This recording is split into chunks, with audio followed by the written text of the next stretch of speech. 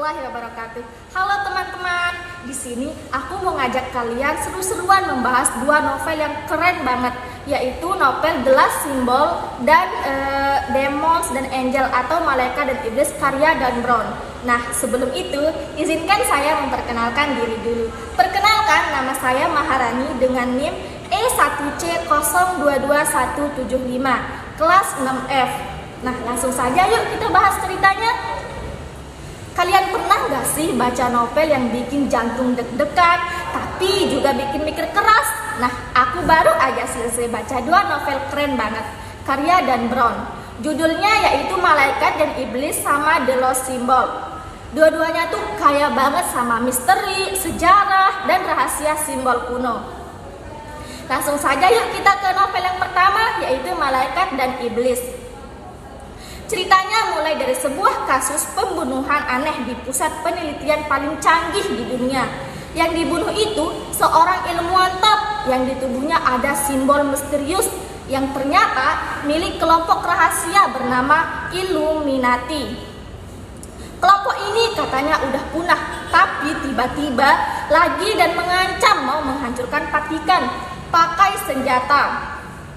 Nah, senjatanya itu antimateri. Bayangin, antimateri loh. Lalu masuklah tokoh utamanya, Robert Langdon, seorang ahli simbol dari Harvard. Dia diajak ke Roma buat memecahkan teka-teki sejarah dan simbol yang terbesar di seluruh kota. Dari gereja tua, karya seni kuno sampai lorong bawah tanah. Semua jadi bagian dari petualangan menyebarkan. Nah, yuk kita ke novel yang kedua, yaitu novel The Last Symbol. Nah, kalau The Last Symbol, nuansanya agak beda. Settingnya di Amerika, tepatnya di Washington. Kali ini, Langdon diminta menguraikan pesan tersembunyi setelah sahabatnya tiba-tiba menghilang secara misterius. Pesan itu ternyata terhubung sama Freemasonry, organisasi rahasia yang menyimpan berbagai ajaran kuno dan simbol-simbol tersembunyi. Petualangannya benar-benar intens, nggak cuma lari dari bahaya, tapi juga menggali sejarah Amerika dari sudut pandang yang selama ini jarang dibahas. Novel ini penuh rahasia dan filosofi yang bikin mikir, wah, selama ini kita cuma lihat permukaannya aja.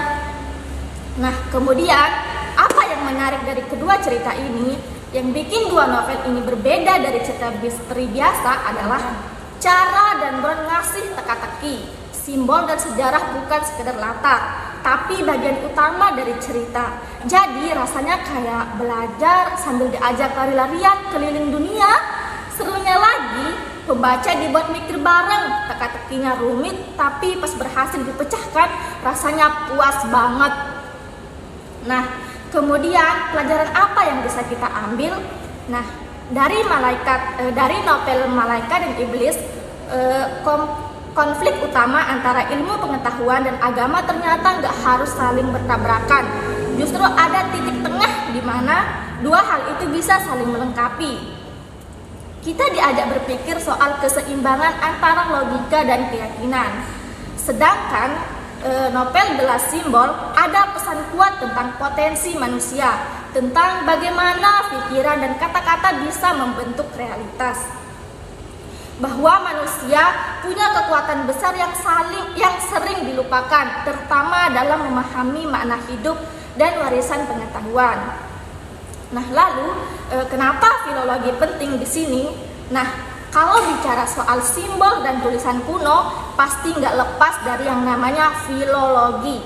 Ini ilmu yang mempelajari teks dan naskah lama, bukan cuma bahasanya, tapi juga maknanya dalam konteks zaman. Di novel ini, filologi itu jadi kunci karena lewat pemahaman terhadap simbol, bahasa kuno, dan sejarahnya, Langdon bisa menemukan petunjuk dan mengungkapkan kebenaran yang tersembunyi.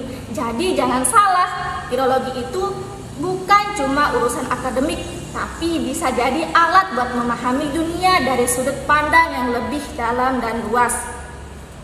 Nah, terus kalau ada pertanyaan kenapa harus baca? Intinya, dua novel ini bikin ketagihan karena berhasil menggabungkan aksi sejarah, ilmu pengetahuan, dan spiritualitas dalam satu paket yang seru. Baca satu halaman aja bisa langsung keasyikan. Dan Ron bener-bener jago mainin alur dan bikin kita mikir sambil deg-degan.